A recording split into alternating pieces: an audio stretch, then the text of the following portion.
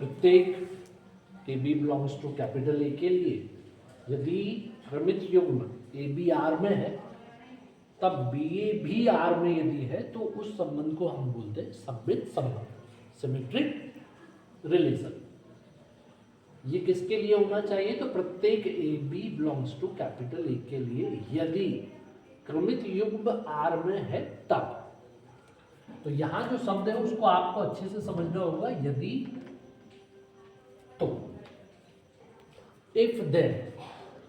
एक टेबल से हम बहुत आसानी से इसको समझ सकते हैं कि मान लीजिए दो स्टेटमेंट है पी और क्यू, दो कथन ले लिए पी और क्यू, और इनके बीच में हमने एक इम्प्लीकेशन सिंबल लगाया। यदि पी तब क्यू या तो Q, if that.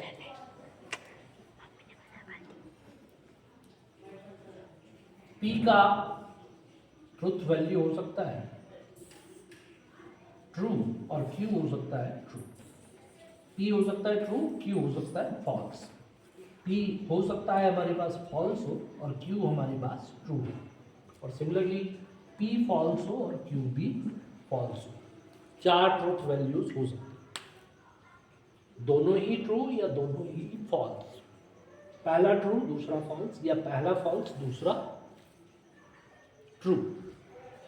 If then लगा रहे हैं यदि, तो हमारे पास जो आंसर होता है वो ये कि अगर दोनों ही ट्रू है तो इफ देन वाला स्टेटमेंट ट्रू होता है। दोनों फॉल्स है तब भी स्टेटमेंट हमारा ट्रू ही होता है। यदि पहला ट्रू है दूसरा फॉल्स है तब भी स्टेटमेंट ट्रू होता है।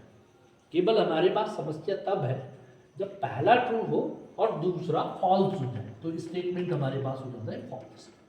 तो हमको यहाँ पर बहुत ध्यान रखना है कि अगर पहला स्टेटमेंट ट्रू हो गया, दैट इज अगर ए बी आर में है तो बी ए भी आर में होना चाहिए। अगर बी ए आर में नहीं है तो ये संबंध जो है वो सममित संबंध नहीं है।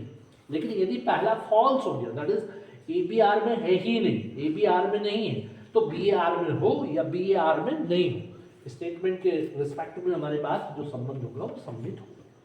जैसे हमने डिस्कस किया हुआ कि भाई ए में दो एलिमेंट है 1 2, ए क्रॉस ए में 4 एलिमेंट होंगे, इसका प्रत्येक उपसमुच्चय संबंध होगा। 16 संबंध है, R1 R2 R16। R1 रिक्त संबंध है, R8 तत्समक संबंध है, जबकि R16 सार्वत्रिक संबंध है। तो ये संबंध हमने समझ लिए। अब इन संबंधों में यदि हम देखें तो हमारे पास मान लीजिए कि संबंध जो है R6 के लिए बात करता है। R6 को हम समझते हैं कि R6 जो है वो सममित संबंध है या नहीं है। इस संबंध के लिए मैं डिस्कस करना चाहता हूँ। मान लीजिए क्वेश्चन आता है कि A बराबर आपको दिया हुआ है समुच्चय 1 2 और R6 आपको दिया हुआ है, संबंध दिया हुआ है 1 और 1 2। ये जो संबंध है ये सममित संबंध है या नहीं। तो इसके लिए हम क्या करेंगे, देखिए कि हमने यहाँ पर क्या देखा कि एक एलिमेंट 1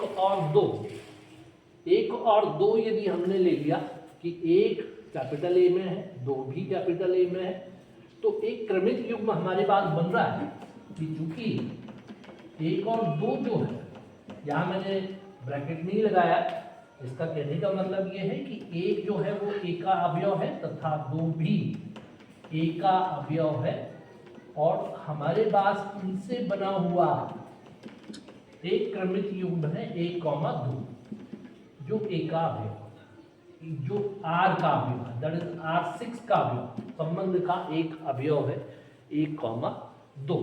परंतु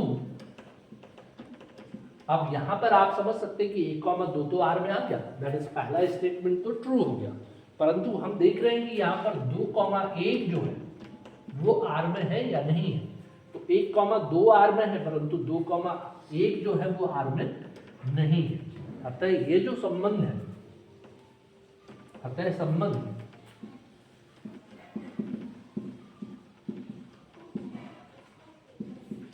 R6 सममित संबंध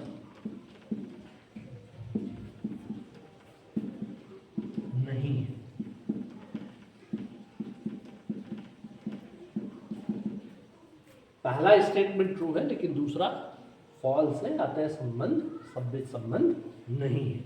लेकिन यदि मान लीजिए कि हम इस R6 की जगह R9 ले लेते हैं, R9 में दो अवयव दिख रहे हैं, एक है 1,2 और दूसरा लिखा हुआ है 2,1। अब इसके लिए यदि हम बात करें तो भाई जो भी अवयव उसके अंदर दिख रहे हैं उनका यदि क्रमित युग्मों का हमने ऑर्डर चेंज किया, जैसे 1,2 R में है तो ये हमको इम्प्लाइज कर रहा है 2,1 R में है। साथ ही 2,1 R में है तो ये बता रहा है कि 1,2 भी R में है। यहाँ पर एफसी सा ऑर्डिनेट इंटरचेंज किया, नया ऑर्डर पेयर बना, वो R के अंदर है। अतः ये जो संबंध R9 है ये सम्मित है, क्योंकि इसका प्रत्येक अवयव जो है, इसका प्रत्येक अवयव इस परिभाषा को फॉलो कर रहा है। अतः R9 जो है वो सम्मित है।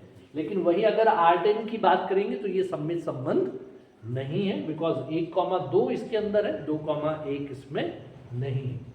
यदि मान लीजिए हम R11 की बात करते हैं तो 2,1 तो है लेकिन 1,2 इसमें नहीं है, इसलिए ये जो संबंध है ये सम्मित नहीं है। आप हम बोल सकते हैं ये सम्मित नहीं है, ये सम्मित नहीं है।